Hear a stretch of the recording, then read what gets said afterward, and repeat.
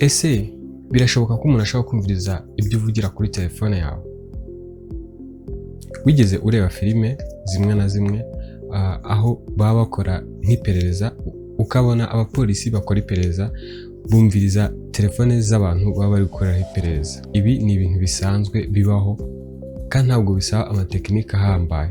Muri iki kiganiro tugiye kurebera hamwe uburyo wamenya niba hari umuntu wumviriza telefone yawe, uko wabyirinda ndetse niba byemewe koko. Icyo bigusaba ni ukureba iyi video mpaka irangiye kugira ngo usobanukirwe byinshi kuri iyi ngingo. Iyi ni Room Z.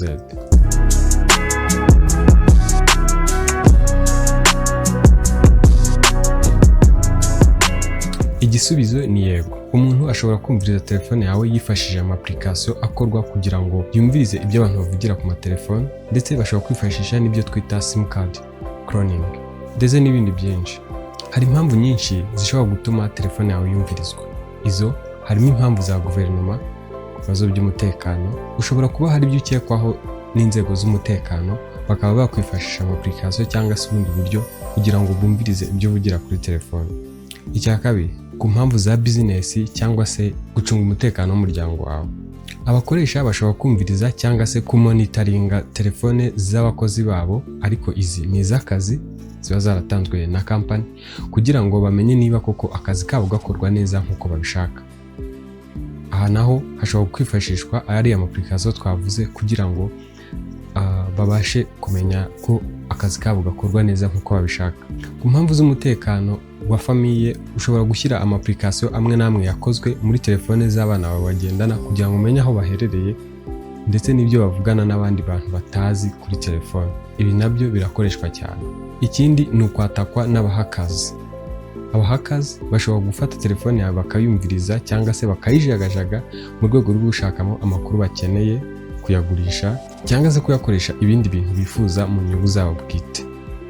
Ibi nabyo bikunda kubaho cyane. Niyo mpamvu tujya tubagira inama zo kureka kubika amwe mu mafoto cyangwa se amavideo ushobora gutinya ko ashobora kujya hanze akaba yateza ibibazo. Reka duhere kuri iki cya mbere. Ni gute wamenya ko iyo uri kuri telefone bakumviriza? Ikintu cya mbere ugomba kumenya ni uko uburyo bwo kumviriza umuntu kuri telefone burashoboka kandi bubaho cyane. Bashobora gukoresha amatekinike agiye atandukanye kugira ngo bakumvirize. Izo tekinike rero zigiye zitandukanye, harimo gukoresha microphone yawe ya telefone yawe.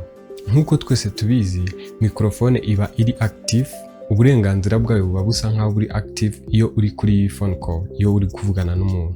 Icyo gihe rero ugomba kumenya ko microphone yawe itanga access kuri application zishaka kukumviriza. Kubw'izo mpamvu, niba ubona hari application udasanzwe uzi iri gukoresha uburenganzira bwa microphone yawe, n'uvuga ngo iri gufungura microphone yawe, ugomba kugira amakenga ugatekereza ko bashobora kuba bari kukumviriza. Kugira ngo umenye ko hari application iri gukoresha microphone yawe yindi atari yako, ushobora guca muri izi nzira.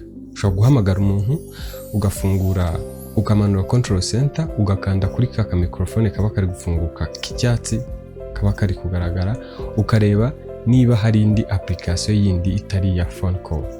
Ikindi, hari amajwi adasanzwe wumva iyo uri kuri telefone. Iki gihe iyo uri kuri telefone ukajya wumva amajwi yandi ku ruhande adasanzwe, nk'utuntu turi kubipinga, amaeko ndetse n'andi majwi adasanzwe wumva muri telefone igihe uri kuvugira kuri telefone. Ibyo ni ibimenyetso bigaragaza ko sinyali iri kuza atari nziza, ushobora kugira amakenga yuko hari umuntu ushobora kuba uri kukumviriza. Ikindi, batiri yawe imara umuriro mu buryo butunguranye, mu buryo bwihuse cyane. Iyo utakoresheje telefone yawe mu buryo buhanitse, tuvuge wenda ntiwakinnye amagame, ntiwavugiye kuri telefone igihe kirekire, ntiwayirebye amafilime, batiri yawe ntabwo ishobora kumaramo umuriro mu buryo bwihuse cyane, ahubwo igenda mu buryo buri normal. Ariko kubera yuko hari application zishobora kwifashishwa zikajya zikora muri background igihe ziri recordinga, igihe ziri kujagajaga telefone yawe, bishobora gutuma bateri yawe imaramo umuriro mu buryo bwihuse, mu buryo budasanzwe. Icyo nacyo ugomba kugira amakenga, ugatekereza ko hari igihe ushobora kuba uri kumvirizwa n'abantu runaka. Ubusanzwe zino application zifashishwa mu kumonitoringa zikoresha internet igomba kuba iri active kugira ngo zibashe kohereza ibyo zafashe, bityo rero bigatuma bateri yawe imaramo umuriro byihuse. Urabizi uri gukoresha data cyane ukuntu bigenda, ugomba kugira amakenga. Ikindi ni ugushyuha kwa telefone.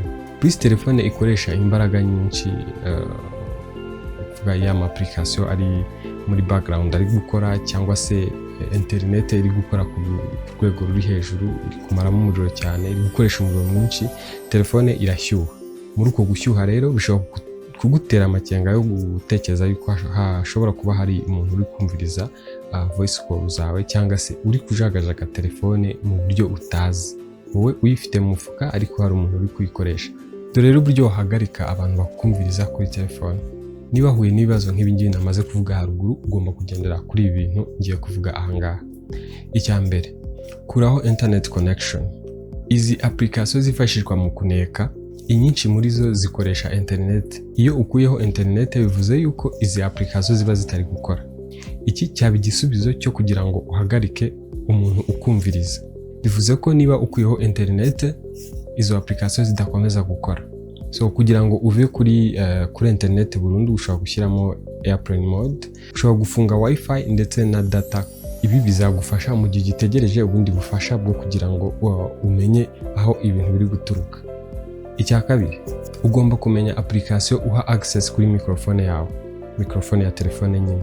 Murabizi iyo turi kwinstalamo application agiye atandukanye mu telefone yacu, hari igihe ujya kubona ukabona ngo allow access to microphone. Ako kantu ugomba kukitondera iyo ubona ari application udasanzwe umenyereye cyangwa se ukeka. Bivuze ko n'abatwumviriza ku kigero cya 90% nitwe tuba twabahaye uburenganzira, kubera yuko nitwe twihitiramo kwemerera application runaka kugira ngo accessinge microphone cyangwa se n'ibindi bintu. Icya gatatu, funga application yose cyangwa se uyakure muri telefone yawe ubona udasanzwe uzi cyangwa se udakenera. Abahakazi benshi bifashisha amalink kugira ngo badukurure beinstall application muri telefone zacu. Ujye ubona amalink avuga ngo societe runaka yatanze ibi n'ibi, ugomba gukanda hanga kugira ngo nawe ubibone. Biriya bintu ubundi kuki mubikandaho? Hari ibintu nyine ubona ukabona bidashoboka. Ni gute ubona ngo kanda kuri no link ukorera 150 ku munsi cyangwa se 500? Hari ibintu biba bidashoboka. Ugomba gutekereza kabiri mbere yo gufungura link. Ikindi, application ntabwo upfa kwinstallamo application yari yose ubonye, kubera yuko ntabwo application zose zizanye ibyiza. Hari ziza n'ubundi zije kuneka cyangwa se kugutwara andi makuru. Niyo mpamvu uyu munsi application yose ubona utazi muri telefone yawe ugomba kuyikuramo, nta kintu imazemo. Ukirinda no gukirika ku malink ayo ari yo yose ubonye, kuko nibyo bibageza kukumvirizwa cyangwa se gutwarwa andi makuru. Ikindi, ubaye bushoboye reportinga ku nzego z'umutekano, ubabwire ko umudendezo wawe winjiriwe. Sinzi uko babyita ubusanzwe, kuvutswa umudendezo, ndakeka ababyibuka munyibutse neza. Hanyuma ubundi babe bagufasha kugira ngo babe bakurikirana uwo muntu ugukurikirana agezwe imbere y'ubutabera. Dore ikibazo gakwiye kwibaza ni iki: ese ubundi kumviriza telefone cyangwa se kurikodinga telefone ubundi biremewe? Igisubizo ni uko bimwe mu bihugu ku isi hari ibibyemera, ariko hari n'ibitabyemera. Hano mu Rwanda niba mbyibuka neza ntabwo byemewe. Hari ibihugu bikomeye birimo nka German, Spain, Italy, France, Norway na UAE, aho kirazira kikazirizwa gufata amajwi cyangwa se kumviriza umuntu kuri telefone. Umwanzuro: hifashishijwe ikoranabuhanga, application aneka, sim card cloning ndetse n'izindi zishobora kwifashishwa n'uwari wese mu kuneka byoroshye.